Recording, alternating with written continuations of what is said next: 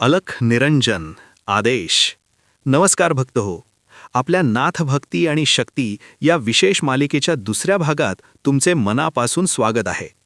मागील भागात म्हणजेच भाग 1 मध्ये आपण पाहिले की नाथ संप्रदाय म्हणजे काय आणि गुरु परंपरेचे महत्त्व काय आहे. तुमच्या अनेक कमेंट्स आल्या की आम्हाला गुरु गोरक्षनाथांची किंवा नवनाथांची भक्ती करायची आहे, पण सुरुवात कशी करावी, नियम काय आहेत आणि रोजच्या धावपळीत सोपी साधना कोणती. आजचा हा व्हिडिओ तुमच्या याच प्रश्नांचे उत्तर आहे. आज आपण पाहणार आहोत की आपल्या घरातील संकटे, भीती आणि बुद्धिबंधन दूर करण्यासाठी अचूक आणि सिद्ध साधना कशी करावी.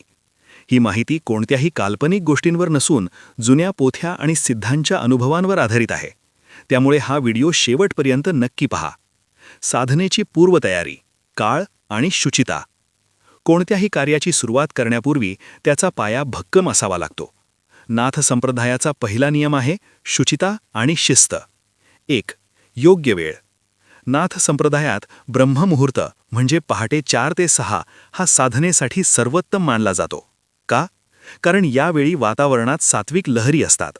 पण जर तुम्हाला नोकरी व्यवसायामुळे हे शक्य नसेल तर काळजी करू नका. तुम्ही प्रदोषकाळी म्हणजेच सूर्यास्ताच्या वेळी सायंकाळी 6:30 ते 7:30 ही साधना करू शकता. फक्त वेळ निश्चित ठेवा. रोज तीच वेळ पाळल्याने त्यावेळी एक विशिष्ट ऊर्जा तयार होते. आसन आणि दिशा. साधनेला बसताना जमिनीवर थेट बसू नका. लोकरीचे आसन किंवा साधे घोंगडीचे आसन वापरा. यामुळे शरीरातील निर्माण झालेली ऊर्जा जमिनीत लुप्त होत नाही. तुमचे तोंड पूर्व किंवा उत्तर दिशेला असावे.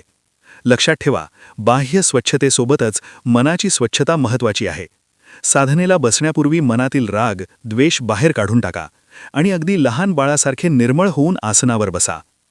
देवहारा आणि पूजेची मांडणी. अनेक भक्तांचा गैरसमज असतो की नाथ भक्तीसाठी खूप मोठे कर्मकांड करावे लागते. हे चुकीचे आहे.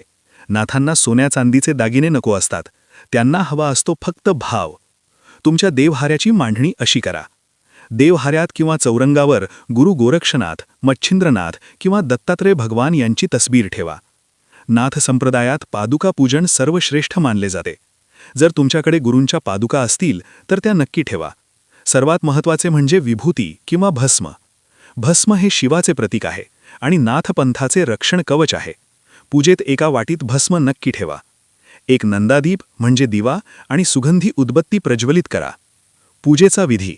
प्रथम गणपती बाप्पांचे स्मरण करा.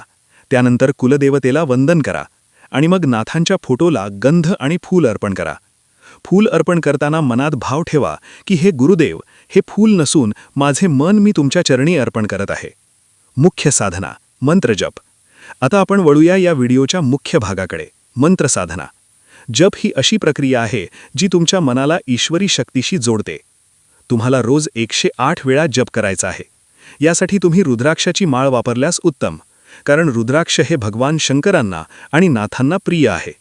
तुमच्या समस्येनुसार तुम्ही खालीलपैकी कोणत्याही एका मंत्राची निवड करू शकता. 1. सर्वसाधारण प्रगतीसाठी ओम चैतन्य गोरक्षनाथाय नमः.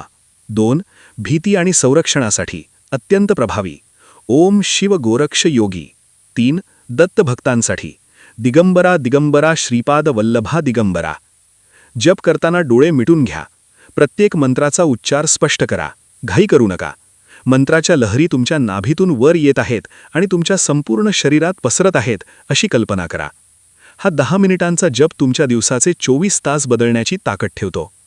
साधनेचे नियम आणि आचरण. फक्त पूजा करून भागत नाही, तर तुमचे वागणे कसे आहे यावर नाथांची कृपा अवलंबून असते. नाथ भक्ताने हे 3 नियम पाळणे बंधनकारक आहे. नियम 1. सात्विक आहार. शक्य असल्यास साधनेच्या काळात मांसाहार आणि मद्यपान टाळा. जड अन्नामुळे आळस येतो आणि मन एकाग्र होत नाही. सात्विक अन्नामुळे विचार शुद्ध राहतात. नियम 2. अतिथी देवो भव. अन्नदान. नाथ संप्रदायात अन्नदानाला सर्वोच्च पुण्य मानले आहे. तुमच्या दारात आलेला अतिथी किंवा एखादा भुकेला प्राणी, गाय, कुत्रा यांना कधीही उपाशी पाठवू नका. तुमच्या ताटातील एक घास त्यांना देणे हीच खरी नाथसेवा आहे. नियम 3. नारीचा सन्मान. ज्या घरात स्त्रीचा अपमान होतो तिथे कोणतीही सिद्धी टिकत नाही. घरातील आणि समाजातील स्त्रियांचा आदर करा. जिथे आदर तिथेच ईश्वर वास करतो. तर मित्रांनो, ही होती नाथांच्या नित्य साधनेची सोपी पद्धत. तुम्ही ही साधना आजपासून किंवा येणाऱ्या गुरुवारपासून नक्की सुरू करा. सुरुवातीला कदाचित मन लागणार नाही, पण सराव सोडू नका. एकदा का नाथांचा हात तुमच्या डोक्यावर आला की जगातली कोणतीही ताकद तुमचे वाईट करू शकत नाही. पुढच्या भागात आपण पाहणार आहोत की भक्तांना आलेले थरारक आणि चमत्कारिक अनुभव, जे ऐकून तुमचा विश्वास अजून दृढ होईल. हा व्हिडिओ तुम्हाला माहितीपूर्ण वाटला असेल तर कमेंटमध्ये अलख निरंजन किंवा आदेश लिहायला विसरू नका. भेटूया पुढच्या भागात. तोपर्यंत अवधूत चिंतन श्री गुरुदेव दत्त.